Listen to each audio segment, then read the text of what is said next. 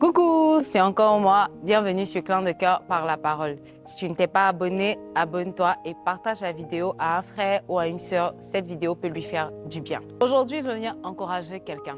J'ai fait un constat d'un point de vue personnel et d'un point de vue général. J'ai remarqué que très peu de personnes arrivent à avoir des temps seul à seul. Comme disent les anglophones, des me time, des times seul à seul, des temps où tu dînes avec toi-même, des temps où tu sors te balader avec toi-même. C'est un peu chelou de dire ça, mais bon, hein?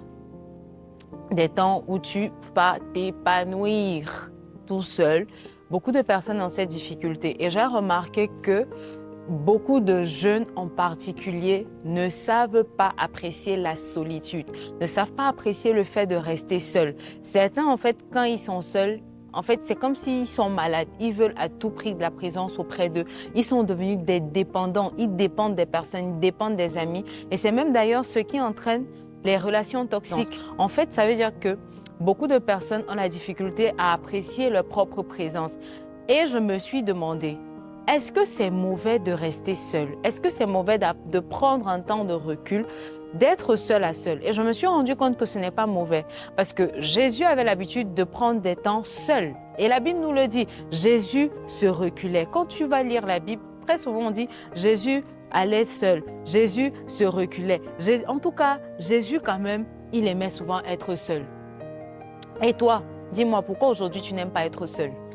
Dès que tu es seul un peu, tu commences à avoir des pensées suicidaires. Et c'est ce que tu vas dire, que oui, quand je suis seule, je commence à avoir des pensées suicidaires, je commence à avoir des pensées négatives. Hey, hey, hey, aujourd'hui là, c'est fini.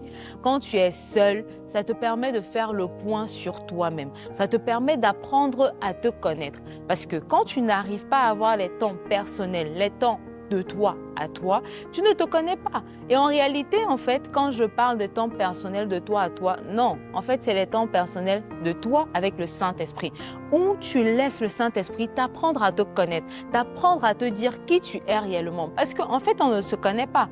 Petite anecdote, par exemple, moi, il a fallu que l'an passé, je sache que j'étais une personne un tout petit peu introvertie. J'avais des comportements, j'avais des réactions face à certaines situations, mais je ne savais pas que c'était dû au fait qu'il y avait ce côté-là introverti. Or, plusieurs personnes autour de moi, ils peuvent témoigner, ils vont te dire que non, non, non, non, Maureen quand même, non, non, non, non, elle c'est une extravertie, Maureen n'est pas dans les histoires d'introvertis, alors que c'est faux.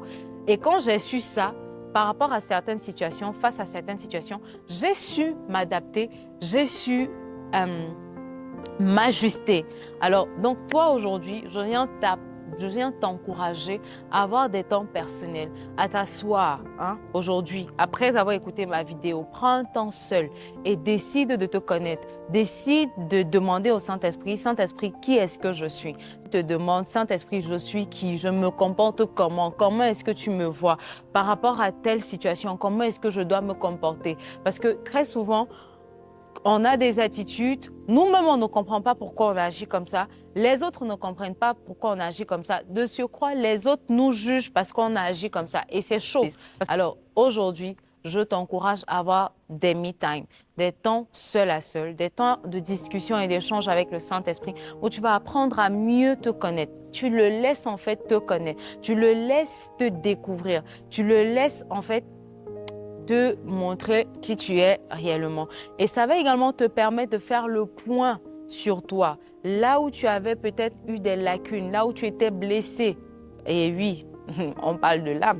Donc là où tu as eu des blessures, là où par exemple tu souffres du rejet, là où tu es dans la dépendance affective, là où tu as un souci, tu n'arrives pas à avoir une bonne estime de soi, avoir ce genre de moment va te permettre de réaliser que oui, j'ai un problème. Et qui dit réaliser que j'ai un problème, dit également connaître le début de la solution ou alors déjà être dans la solution ou alors quoi? Ou alors rien. C'est que c'est chaud. Si tu n'es pas dans le début de la solution, c'est que c'est trop grave. Donc, reconnaître déjà que j'ai un problème, c'est déjà le début de la solution.